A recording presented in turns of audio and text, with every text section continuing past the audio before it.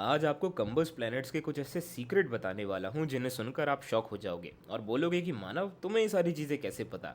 पता है भाई, एस्ट्रोलॉजर हूँ यार, पता ही होगा।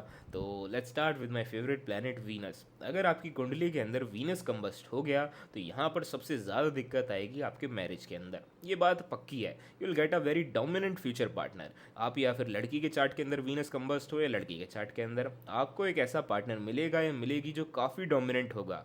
खास तौर पर वीनस कंबस्ट होता है तो मारपीट भी देखी जाती है रिलेशनशिप के अंदर, मैरिज वगैरह के अंदर। अगर लड़की का वीनस कंबस्ट है तो आप बोल दोगे कि हाँ, लड़का उस पर हाथ वगैरह उठा सकता है। बट वहीं अगर लड़के का वीनस कंबस्ट है तो बिल्कुल लड़की इस टाइप की मिलेगी जो उसको मार पीट सकती है, फॉर श्योर कुत्तों की तरह मारेगी। तो ये सुनने में बड़ा हंसने वाला लगेगा बट ये फॉर श्योर है कि उसे कुत्तों की तरह ट्रीट करेगी। वो जैसा बोलेगी लड़का वैसा करेगा। जब भी वीनस कुंडली के अंदर कंबस्ट होता है तो पार्टनर बड़ा डोमिनेंट मिलता है जो उसे फ्रीडम नहीं देता। मतलब अगर किसी लड़की का वीनस कंबस्ट है और वो अपने फ्यूचर पार्टनर मतलब अपने पार्टनर से पूछ रही है कि मैं यहाँ पर चली जाऊँ क्या अपने दोस्तों के साथ, तो पार्टनर बोलेगा नहीं, जल्दी घर पर आओ, तुम्हें कहीं नहीं जाना, बाहर नहीं जाना, यहाँ नहीं जाना, वहाँ नहीं जाना। तो ये एक फ्रीडम को कोई एस्पेक्ट नहीं होता अगर वीनस कंबस्ट हो जाता है तो। अब मान लो अगर मर्क्यूरी कंबस्ट हो गया, जो बहुत बार होता है, अधिकतर होता है। अगर मर्क्यूरी कंबस्ट है तो for sure you will get over powered by your siblings, by your parents और बाय योर फ्रेंड्स।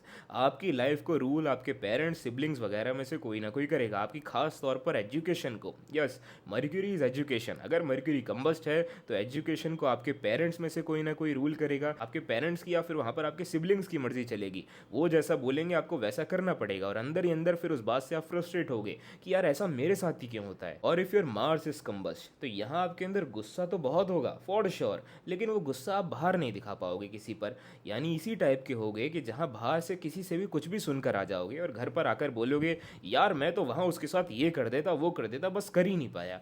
इस टाइप का कि आप अपना करेज दूसरों को बाहर आउटसाइड दिखा ही नहीं पाओगे। और अगर जब भी दिखाया, अगर मार्स कंबस्ट है और आपने गुस्सा करके बाहर किसी को दिखा दिया, आप एक बड़े ट्रबल के अंदर फंसोगे ही फंसोगे। ये चीज लिख कर देता हूँ। And if your Saturn is combust तो देखो, Saturn is the son of sun. यहाँ पर वो उसी का बच्चा है जिसकी वजह से वो कंबस्ट हो रहा है। तो सैटर्न सन से बोलता है oh come on man, you can control me. तो इसी टाइप का नेचर हो जाता है इंसान का। एंड फॉर श्योर जब भी सैटर्न कंबस्ट होगा तो इंसान की अपने पापा के साथ बहुत लड़ाइयाँ होंगी। इंसान का एक ऐसा नेचर हो जाएगा कि बाहर में जाएं सबके सब, मैं सड़कों पर सो लूँगा लेकिन अपने घर के अंदर नहीं रहूँगा अपने पापा के साथ। इस टाइप का नेचर हो जाता है कि जहाँ इंसान एक बड़ा रेबेलियन स्टेप उठाने लगता है, बहुत हिम्मत वाला हो जाता है। तो अब आपका कौन सा प्लेनेट कंबस्ट है आप कमेंट कर बताओ, मैं अगला पार्ट वही प्लैनेट्स पर बना दूंगा।